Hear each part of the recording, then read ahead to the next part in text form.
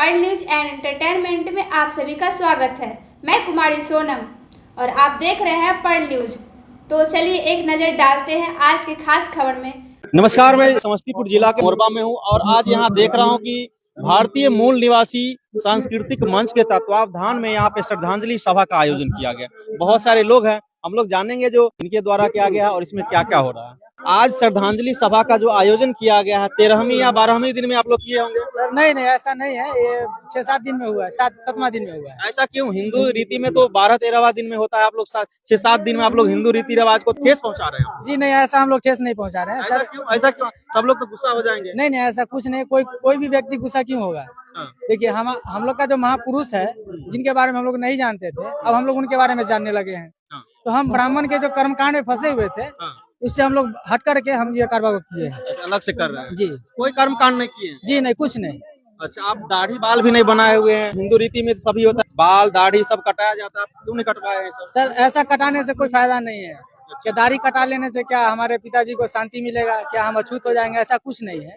बाल दाढ़ी अगर नहीं कटाते हैं हिंदू रीति में तो आपकी दादाजी जो डेथ किए होंगे वो स्वर्ग लोक में नहीं जाएंगे, वो कचरा में रह जाएंगे, उनको शांति नहीं मिलेगी, उनको पुण्य में नहीं में जाएंगे, पाप में हो जाएंगे। जी ऐसा नहीं है, हमारे बहुजन महापुरुषों ने जो बात कही है उनको हम लोग अमल कर रहे हैं और जो पहले जो कुरीति जो होती थी उसको हम लोग धो करके खत्म कर दिए हैं। और ऐसा नहीं है, हम लोग के महापुरुषों ने जो ऑलरेडी कह के गए हैं कि हमें किसी भी अंधविश्वास पाखंडवाद में हम लोग को फंसना नहीं है। इतना लोग जो कर रहे हैं उस अंधविश्वास पाखंड को नहीं फैला रहे हैं और आप लोग कह रहे हैं वो फैला रहे हैं। जी नहीं, ये सब बेकार की बातें हैं सर। हम लोग बहुजन महापुरुष के विचारधाराओं को आगे बढ़ाने वाले व्यक्ति हैं और उस मन से हम लोग ये कार्य कर रहे हैं। वो सब जो भी कर रहे हैं वो सब पाखंडवाद फैला रहे हैं। जी, वो लोग पाखंडवाद, आप लोग सही है, वो लोग गलत है। सर ऐसा ही समझिए, जैसे पहले से हम लोग को फंसाया गया है। हमारे जितने भी समाज में जो ऐसा कुरीति था उसको ब्राह्मणों ने जाल बिछाया है।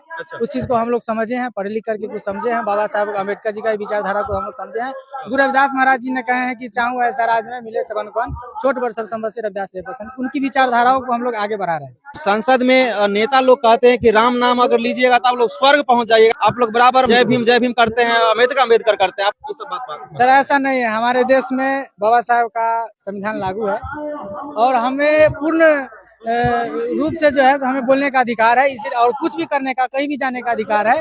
हमारे जो बाबा संविधान जो लिखे हैं, संविधान में आप लोग को आजादी दी गई है तो आप लोग अपने तरीके से कर रहे हैं। जी हम अपने तरीके से बिल्कुल करेंगे। आप लोग जो हिंदू रीति रिवाज से जो भी कर्म कांड होते हैं उसको आप लोग पाखंडवाद मान रहे हैं। जी वो पाखंडवाद बिल्कुल है। राजवंशी जी का श्रद्धांजलि सभा है, अगर वो कर्म कांड सही दिन से नहीं होगा तो वो लोग स्वर्ग में जाएंगे क्या? नहीं वैसा बात नहीं है, कोई बात नहीं है, ऐसा बात नहीं है। जो पहले के पाखंड किया हुआ था पंडित लोग, उसको हम लोग नहीं मानते हैं।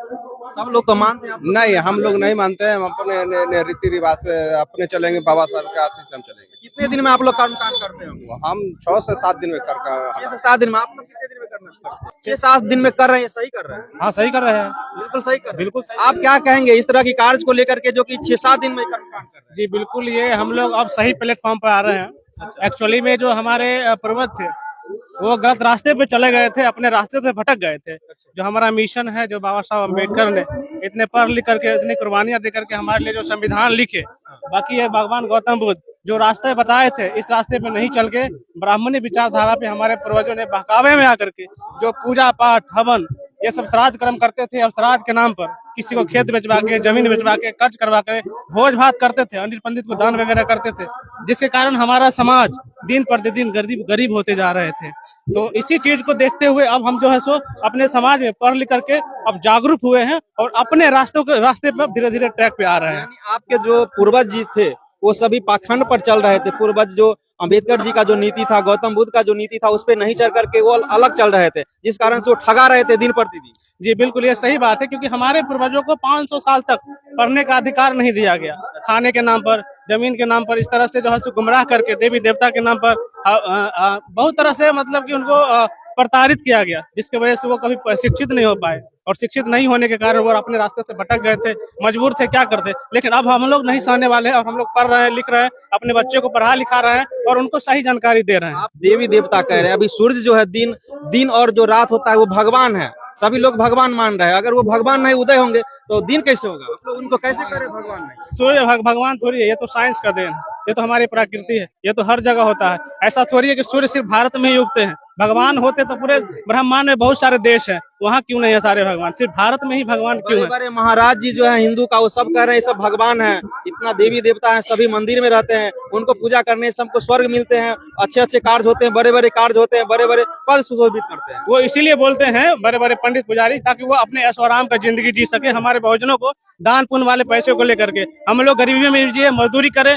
कहीं नौकरी करे, भटकते रहे, पढ़ाई के लिए बड़ी कष्ट करते रहे और वो ऐशो आराम का जिंदगी जीते रहे। इसीलिए हम लोग को भटकाते हैं कि हवन करो, पूजा करो, पाठ करो, ये भगवान को मानो, वो भगवान को मारो, और हम लोग ये सब चीज करने वाले नहीं है।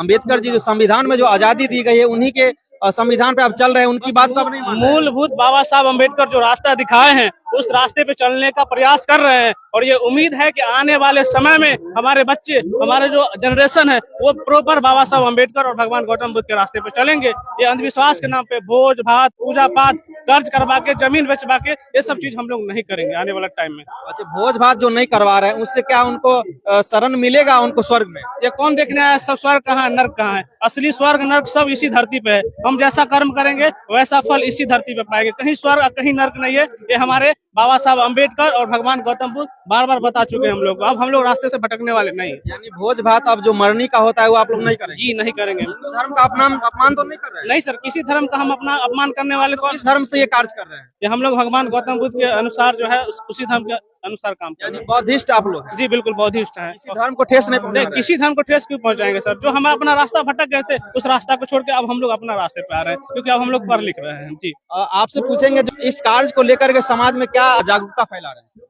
सर, इसमें ये कार्यक्रम से एक बहुत बड़ा संदेश पहुंचेगी, क्योंकि ये दरवा पंचायत में प्रथम बार ऐसा कार्यक्रम किया गया है। बहुत ही गर्व और बहुत खुशी की बात है कि ये कारवा को हम लोग आगे बढ़ाएंगे। आने वाला भी समय में हम लोग आगे इस कारवा को बढ़ाएंगे, संदेश देंगे, हर जन जन को संदेश देंगे। जी।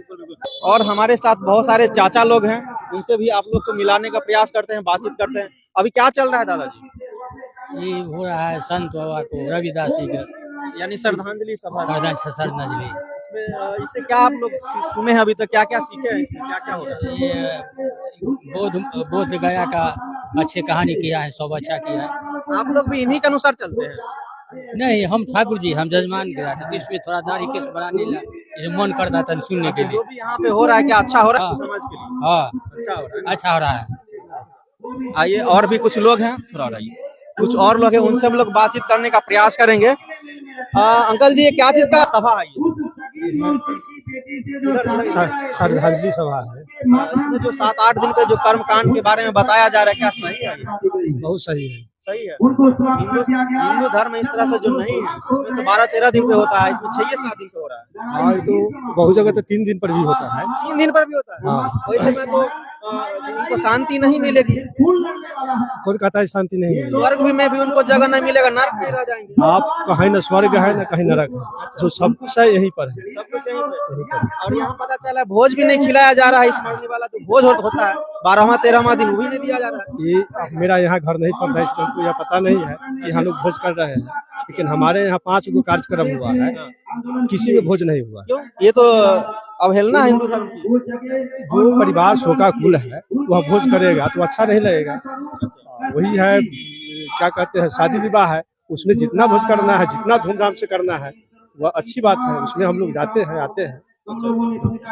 तो बिल्कुल यहाँ पे अंकल जी का कहना हुआ कि जो शोकाकुल परिवार है, उस परिवार से अगर हम लोग भोज लेते हैं तो बिल्कुल ये सही नहीं है, क्योंकि एक तो वो शोक में है, उनके साथ हम लोग कैसे भोज ले सकते हैं? भोज तो लिया जाता है खुशी के मौके पे, यहाँ पे जब हम लोग शोकाकुल होते हैं कैसे हम भोज ले सकते हैं? यहीं पे भारतीय मूल निवासी सांस्कृतिक मंच के तत्वावधान में श्रद्धांजलि सभा का जो आयोजन किया गया, बहुत सारे लोग यहाँ पे आए हुए हैं, बौद्धिस्ट लोग, और यहाँ पे इस श्रद्धांजलि सभा को संबोधित कर रहे हैं। बहुत सारे यहाँ पे महिला लोग हैं, उनसे भी बातचीत करने का प्रयास करेंगे। आहार यहाँ आज भोज नहीं भोज होता है ना, नहीं होते भोज, 12वां-13वां दिन का भोज काफी बता रहे हैं कि जो 12 दिन 13 दिन पे जो करते आए हैं, उस चीज को हम लोग नहीं करेंगे, और 6-7 दिन के अंदर ही अपना यहाँ पर श्रद्धांजलि सभा में संबोधित कर रहे हैं। और यहाँ पे मरनी का जो भोज होता है वो भोज नहीं किया जाएगा, क्योंकि जब शोकाकुल ये परिवार है तो हम लोग भोज क्यों लेंगे? सभा में संबोधित कर रहे हैं बड़े बड़े प्रवक्ता है, वो अपने वाणी से क्या संदेश देना चाह रहे हैं हम लोग भी जानने का प्रयास करेंगे, और आपको भी संदेश देने जो दे रहे हैं उससे आप लोग को भी जानकारी देंगे, जो क्या संदेश दे रहे हैं उनसे हम लोग भी बातचीत करने का प्रयास करेंगे। वहाँ पर थे। एक्सक्यूज मी सर अभी श्रद्धांजलि सभा का जो आयोजन किया गया था इसमें बहुत सारे यहाँ पे प्रवक्ता लोग आए हुए थे और यहाँ पे सभा को संबोधित कर रहे थे। इससे क्या संदेश मिलेगी समाज को? इससे समाज को यही संदेश मिलेगी कि समाज में जो श्राद्ध के नाम पर लोगों को संपत्ति का हनन कराया जाता है, जिस तरह हमारे समाज में दाह संस्कार की जो प्रक्रिया है, तो दाह संस्कार मिस बुझिए कि वो मरे हुए शरीर का दाह संस्कार करवा रहा है। सब दिन से यही होते आया है सर, 12वीं 13वीं दिन पे नख बाल करके और वो भोज होता है यहाँ पे, लेकिन आज यहाँ पता चला वैसा कहीं कुछ नहीं है, तो ये कहीं ना कहीं अपमान तो नहीं है? जी नहीं, ये अपमान नहीं है, ये सामाजिक परिवर्तन की क्रांति का ये दस्तक है। समाज में जो गरीब हमारे लोग होते हैं उनके पास धन का अभाव होता है और सामाजिक लोग प्रेशर करके उनके संपत्ति को ये श्राद्ध के नाम पर विनष्ट करा देते हैं। उससे बचाने के लिए ये श्रद्धांजलि सभा का आयोजन किया गया है, जिससे समाज में जो विपन्नता बढ़ती जा रही है उसमें कमी आएगी, लोगों में संपन्नता बरकरार रहेगी। ये तो पूर्वजों से होते हुए आया है, शांति और स्वर्ग के लिए इस तरह से लोग करते आए हैं, तो कैसे ये गलत हो सकता है? शांति और स्वर्ग जो है ये धोखा है। शांति कहाँ है और स्वर्ग से ही करते आए हैं, कैसे धोखा हो सकता है? बहुत सारे लोग कर रहे हैं, अभी भी कर रहे हैं, कुछ एक लोग ही है जो नहीं कर रहे हैं। पूर्वज से जो करते आ रहे हैं, हमारे पूर्वज के सामने बहुत सारी समस्याएं थी, जिन समस्याओं में बहुत सारी समस्याओं को उन्होंने समाधान कर दिया और जो समस्याएं बची हुई है उस समस्या को अब हम लोग समाधान करना चाहते हैं। जैसे पूर्वजों में सती प्रथा थी, पूर्वजों ने उसको समाप्त किया। पूर्वजों में प्रथम पुत्र गंगा दान था, उसको पूर्वजों ने समाप्त करके गए। नरबली प्रथा थी, उसको पूर्वजों ने समाप्त किए। बाल विवाह था, उसको पूर्वजों ने समाप्त किए। हमारे पूर्वजों के सामने ऐसी जो कुरीतियां थी, इसका अंबार लगा हुआ था, उसका बहुत सारा भाग को उन्होंने समाप्त कर दिए हैं। कुछ भाग शेष बच गया है जो हम लोगों को उसको समाप्त करना है। आज नख बाल भी देखे नहीं कटाए हैं, इस तरह की कुछ तो परिवर्तन हो रहा है या इसमें कुछ दिक्कत वाली बात आ रही है? इस कारण से यहाँ पे नख बाल को नहीं वो किया गया है। नख बाल कटवाना, नख बाल तो ये बाल नख बढ़ेगा तो कटेगा, इसका यह जरूरी नहीं है कि हमारे घर में लोगों का अगर किसी कारण में ये मर गए और मरने के उपरांत ही केस छिलवाना है, नख कटवाना है, इसका कोई जरूरी नहीं है, कोई मान्यता नहीं दिख रहा है। ये तो हिंदू धर्म का नीति है, इसमें कोई और धर्म तो नहीं है यहाँ पे कुछ किया जा रहा है, अपनाया जा रहा है? हम लोग हिंदू धर्म जो कहते हैं, धर्म शब्द जो है वो हिंदू धर्म हो या जो भी धर्म हो, धर्म टोटल धोखा है। इसलिए धर्म की जो भी नीति बनाई गई है मनुष्य को धोखा देने के लिए, मनुष्य को जीवन में विकास के मार्ग में बाधक है, ब्रेकर है। तो यहाँ पे आप लोग इन सभी जितने भी महापुरुष हैं, इनके माध्यम से क्या संदेश रहेगा आप लोग की तरफ से यहाँ के समाज को? इन तमाम महापुरुषों के विचारधारा को यहाँ के लोग पढ़ें। और विचारधारा में एक बात और हमें याद आ गई कि हमारे महापुरुषों को कहीं ना कहीं हम लोग स्वयं उनके विचारधारा को कत्ल कर रहे हैं। रविदास जी और कबीरदास जी सामाजिक कुव्यवस्था के परिवर्तन के क्रांतिकारी कवि थे, लेकिन आज के सिलेबस उल्टा के देखिए, उनको भक्ति रस का कवि बनाया गया है। इस पर हम लोगों को आंदोलन करना चाहिए, इस पर बोलना चाहिए। रविदास जी को भी भक्ति रस की कवि बनाया गया है। ये सामाजिक व्यवस्था के कुव्यवस्था के परिवर्तन के क्रांतिकारी कवि थे, इनको क्रांतिकारी की श्रेणी में होना चाहिए, इनको भक्ति रस का कवि बना दिया है। ये यहाँ भी हमारे महापुरुषों को वो बरगला रहा है, हमारी महापुरुषों का जो विचारधारा था उसको समाप्त कर रहा है। लास्ट में आप क्या कहिएगा, मरने का भोज जो अभी लोग बहुत सारे लोग अभी भी करते हैं, क्या संदेश रहेगा? जो लोग नहीं समझ रहे हैं, अज्ञान बस कर रहे हैं, उन्हें हम लोग जानकारी देने का काम करेंगे, उनमें परिवर्तन लाने का काम करेंगे। मरने के बाद जो भोज खाने का प्रक्रिया है, अगर सही मायने में कहिए तो वो अशोभनीय है, समाज के लिए अशोभनीय है, अच्छा नहीं लगता है।